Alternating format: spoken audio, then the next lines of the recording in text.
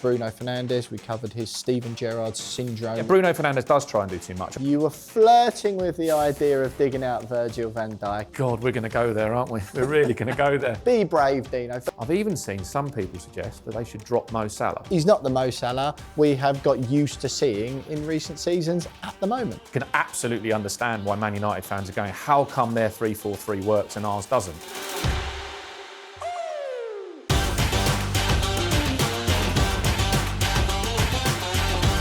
The Premier League is back and Manchester United go to Liverpool in a mouth-watering Super Sunday with both teams going into it in a little bit of a weird place. Liverpool off the back of 3 defeats but still sit in second place in the league, while Manchester United, fresh off the back of that 2-0 home victory over Sunderland last time out, sit in 10th place. I'm Will Pugh. This is Tactics Exposed Team Talk. That is SunSport tactical guru Dean Scoggins. Dino, wonderful to see you again. As always, we're going to be answering questions from the viewers of Tactics Exposed. Loads of questions coming in over the international break, and this is quite the game to return from. Yeah, absolutely. We're like, forget about Harry Kane's shooting practice over the international break and get back to the good stuff of the Premier League. And Jared Bowen getting assists, of course, I has forgot somehow that, yeah, been overlooked absolutely. for a start by Thomas Tuchel. Let's go to question 1, Dino, straight into it. Great game as this promises to be. Can Manchester United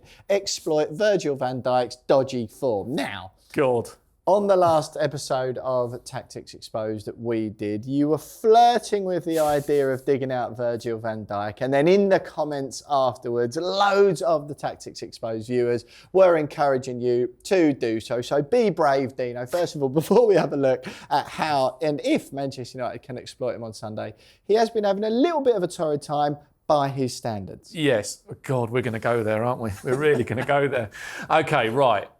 Let's start by just saying that we are not criticising, I am not criticising Virgil van Dijk's ability and he's a phenomenal player, absolutely sensational.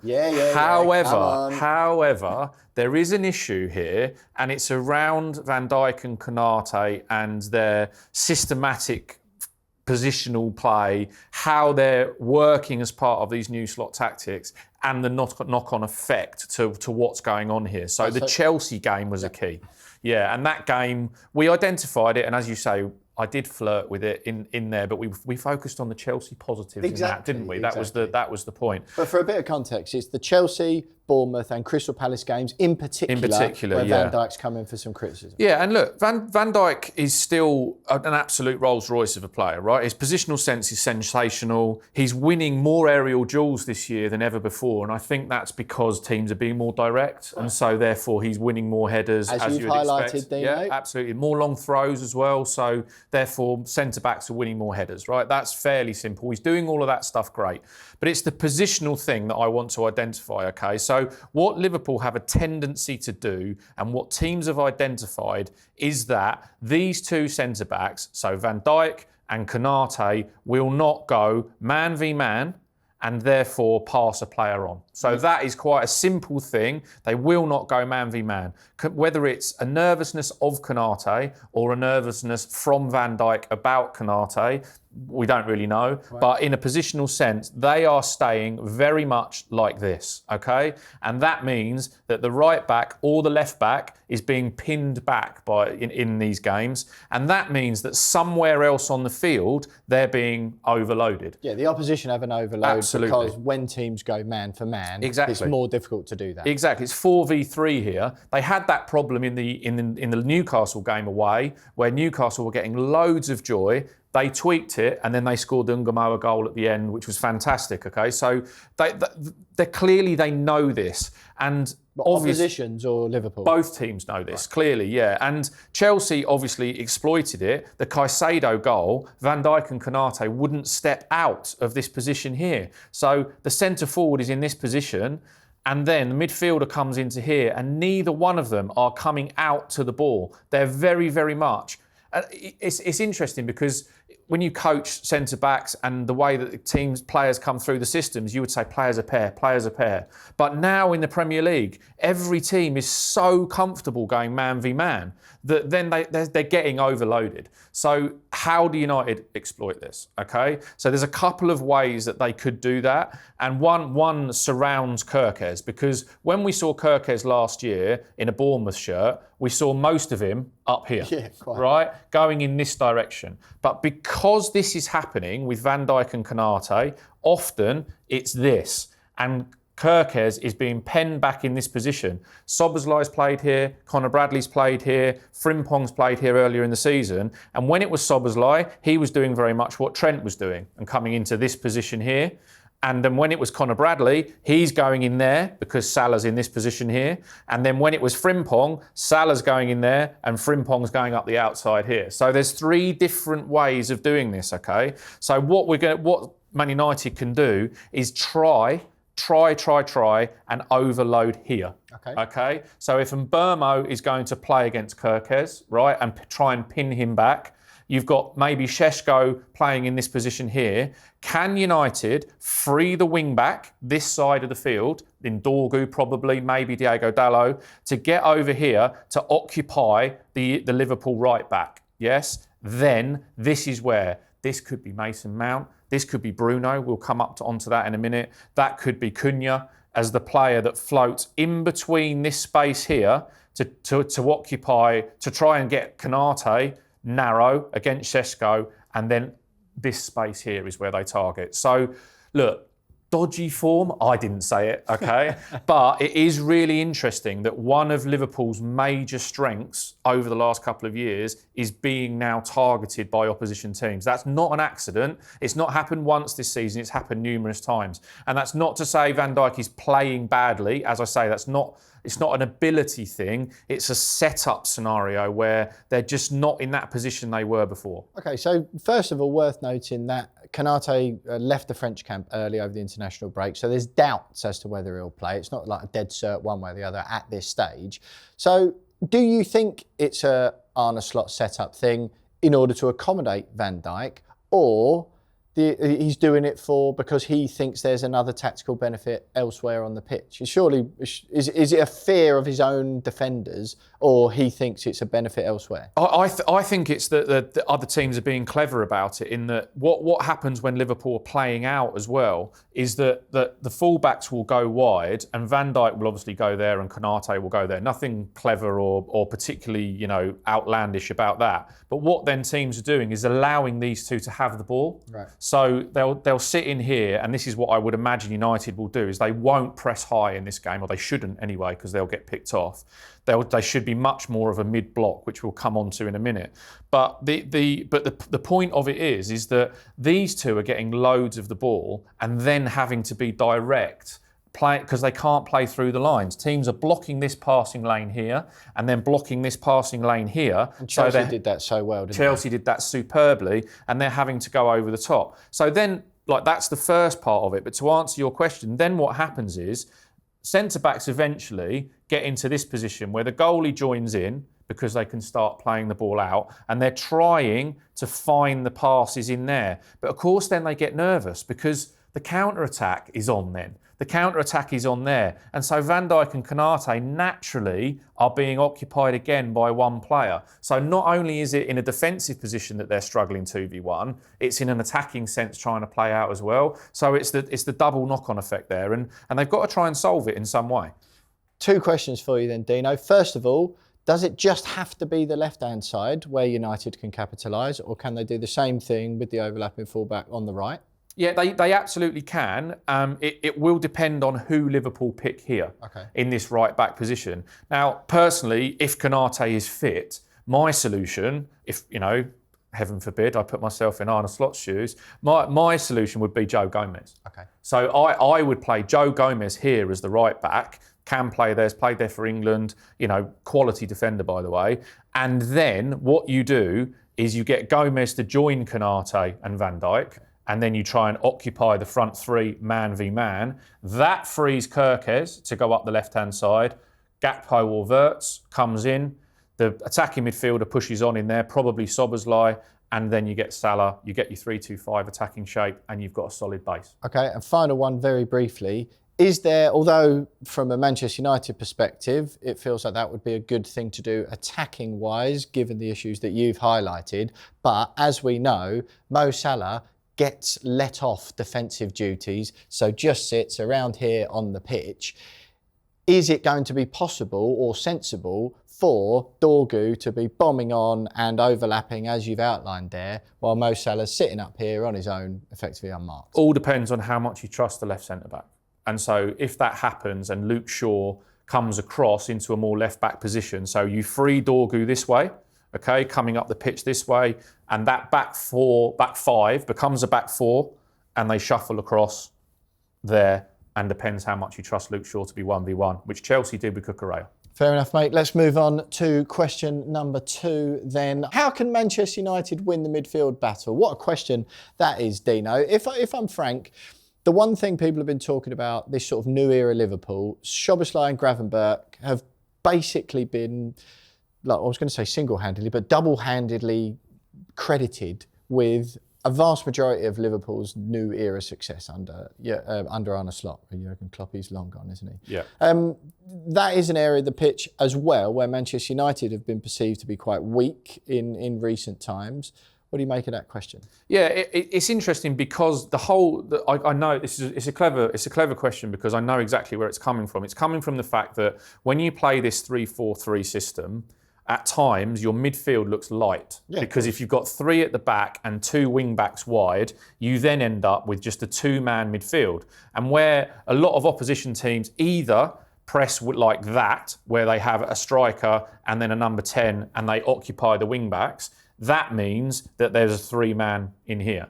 And then other times they go like that and they press like Arsenal style. They play with a 4-4-2 press and then they're able to go man v man there if the ball comes up this side and jump out and overload 3v2 over here. Okay, so that's why teams are questioning the Man United shape a lot, because the midfield and the midfield line, you can do screen grabs all the time of Man United and there's only 3 players on a midfield line, and the 4th is either too deep or too high, and that means they're going to be 4v3 against in the midfield area all the time. And questions about the personnel as well. I think even if the system works, there have been questions about whether Casemiro, for example, Kobbie Mainoo's obviously not flavour of the month this season, Bruno Fernandes, we covered his Steven Gerrard syndrome last season, trying to do too much. What do you think? I mean, Bruno Fernandes does try and do too much. I did a whole episode on that, and I'm still proud of that episode because it's still happening. So go back and watch it if you haven't seen it.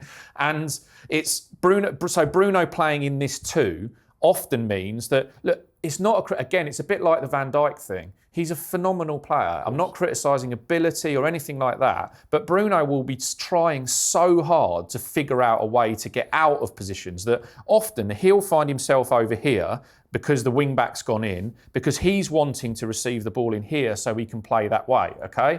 Not an issue with that at all, but the problem is that the communication and the way that they work together means that if Bruno comes over here and the wing back's gone into there, as I mentioned, the number 8, 10, whatever we call it with United these days, has to come in here to be with this midfield man, because otherwise you lose possession here and then you've got your 2v1 here again. So that's the problem with Bruno, is that in trying to do so much, he ends up overloading Man United in another way. If that's the problem, what's the answer? Well, I would say in a game like this against Liverpool, there's 2 ways of looking at it. There's one way you say, okay, we're going to accept that from Bruno because we're going to trust, like United did in the home game against Chelsea, and they got it so right, that you're going to get a centre-back jump out into midfield. Right. Jumping out centre-backs is the new traditional fashionable phrase of this season.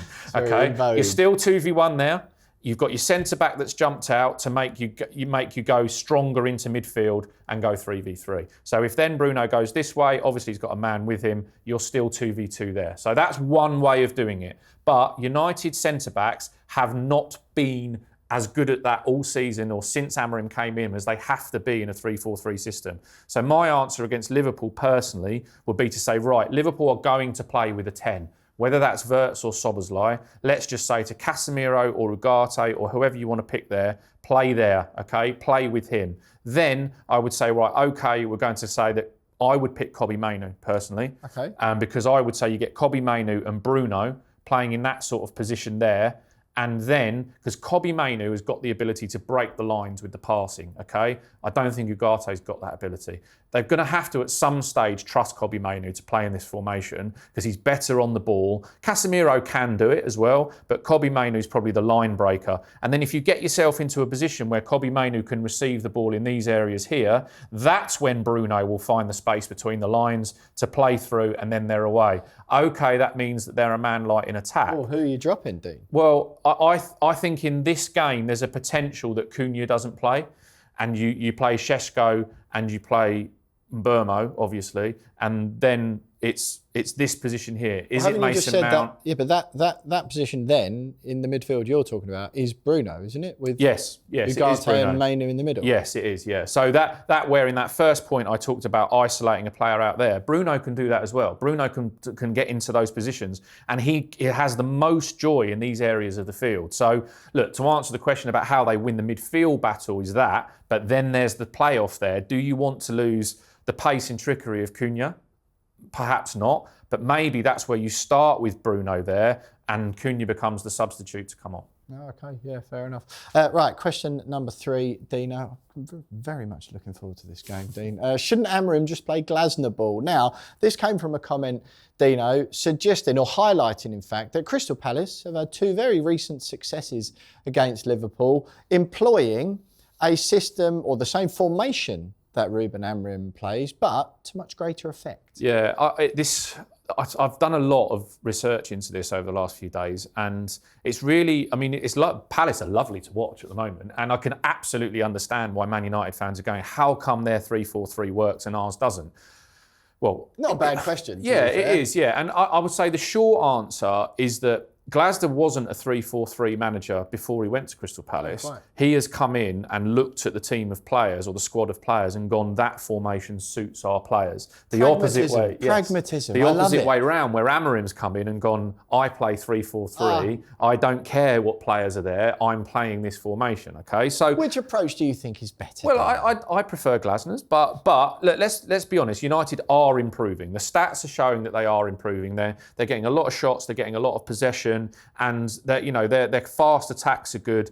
My issue is that they're very good at pressing and stopping teams playing in their own third, and high up the field. But then they're vulnerable the other way. So by being good at one thing, they're then allowing space in behind the other way. What Palace do very, very well is what the sort of tactical phrase of mid-block. Okay, so Man United are getting a lot of possession. They had loads of possession against Man City. They ended right up the field. Haaland scores, going in behind. Okay, they end up in a position where they're easy to defend against, and then they're easy to pick off going the other way, which is not a great place to be. But they're getting lots of the ball. So I would suggest at Anfield to go down the Glasner route, if you like. They've got to become more comfortable out of possession. They were a bit more like that against Sunderland, to be fair. And what that means is, instead of pressing the game high, again, I mentioned before about being able to have Konate and Van Dijk, let them have the ball, right? Let them have the ball. So they will drop into a 5, absolutely no question. The midfielders will drop to try and squeeze the space in here. And then you end up in sort of that position there, okay? So that's maybe a little deep, that's almost low block, but if they were to just shift up the field a little bit, they can still defend in this mid-block shape, okay? And like straight away, you can identify the space, okay? This space here and this space here. So that's how Palace do it. That's how they free Ismail Assar. Back when it was Eze, that's when he was loving this space in here. And obviously Mateta occupies those 2 centre-backs. So that's how Palace do it, but they also do it because they're very comfortable in baiting players on and bringing players on into that area. And that's another reason I talked about Kobbie Mainoo. And then they pounce, win the ball back and break quickly. Yeah. And then the other side of it is let's say Konate or Van Dijk have got the ball here. What Palace did in that Selhurst Park game is that they concede possession there. They're fine with that. But then they're aggressive, really aggressive, everywhere else. So if the ball gets played here, they're really pouncing on these players here. It comes inside. Somebody will jump out of that position there to go and press the ball there because they know the backup is here. Right. And then someone here, we'll jump, okay? So they go into really, really tight positions. And Man United aren't as committed as at the moment. And that's where they need to get better. The other thing is, and I've said this so many times with Man United shows, please play Amad Diallo as the right wing back. I know it's a bit controversial for some, but I just think that if you play Amad Diallo there, you get the ability to swing the game, okay? So I've got them set up there in sort of a 5-2-3, right? Because what teams will do is they'll try and pin the wing-backs back, right? And if you've pinned the wing-backs back and you've got 2 up here, there's 3 back, then the other team have got the overload. Like we talked about with Liverpool going the other way. That's how teams are overloading Man United. They're pinning the wing-backs.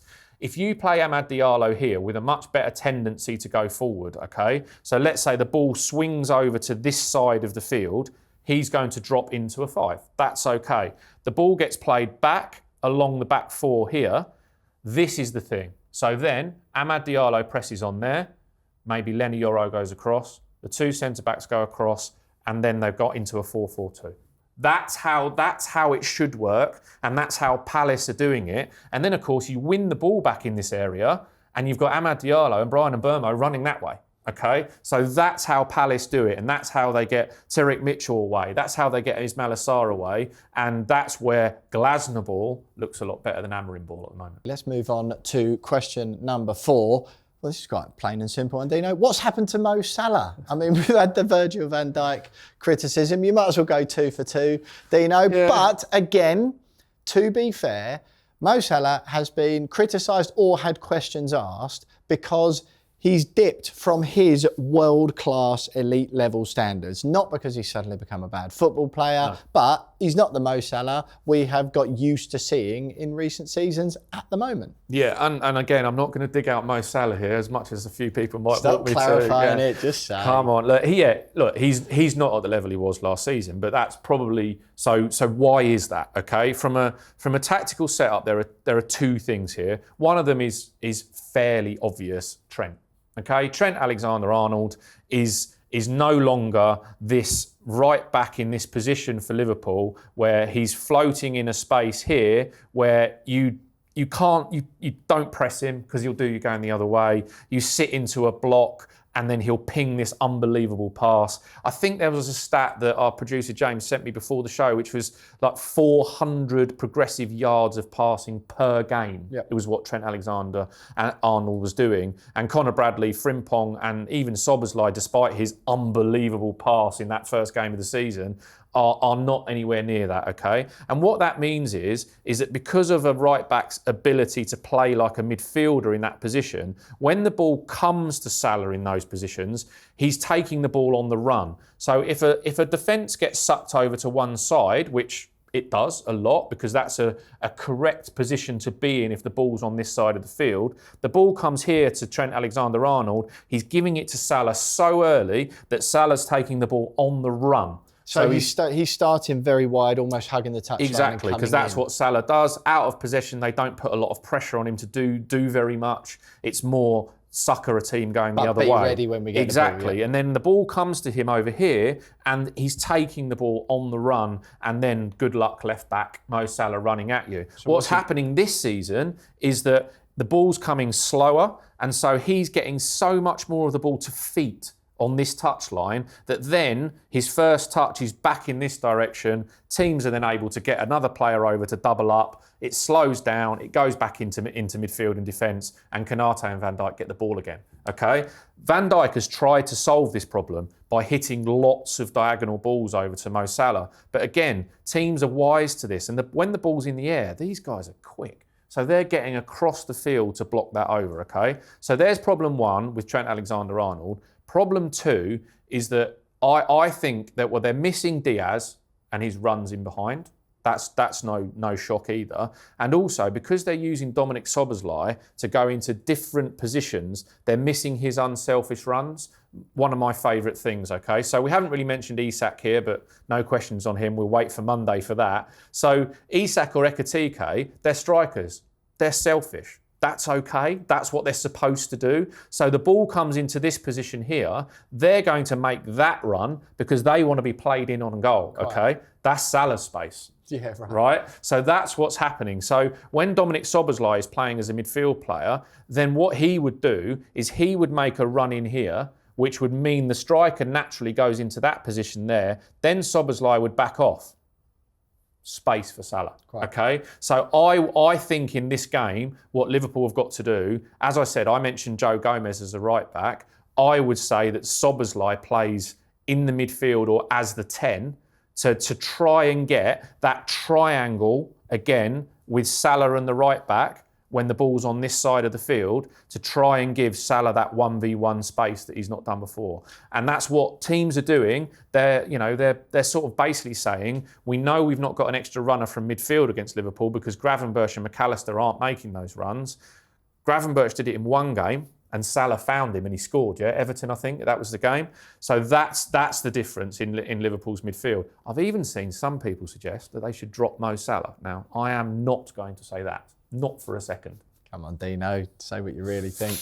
Listen, Dominic Szoboszlai, you've given him yet another position for the season by the sounds of it. He's playing all over the place. And look, don't forget, with Betfair's Safe Sub, your bet is not over yet if the player you have backed gets subbed off because it rolls on to the player coming on. So if Alexander Isak starts and you've backed him to score, he gets subbed off and Ekitike scores, you still get paid out. Dino, this promises to be an absolutely mouth-watering encounter, and the form with which both teams are going into the game suggests that it might be a little bit closer than perhaps it would have been in seasons gone by. Yeah, I mean, Liverpool, Man United, what more could you want? Sunday afternoon in the Premier League, be great fun. And look, I actually, as a neutral, proper neutral in this, I actually hope United score early, invite Liverpool on and then play that counter-attacking way. It could be a really, really fun afternoon.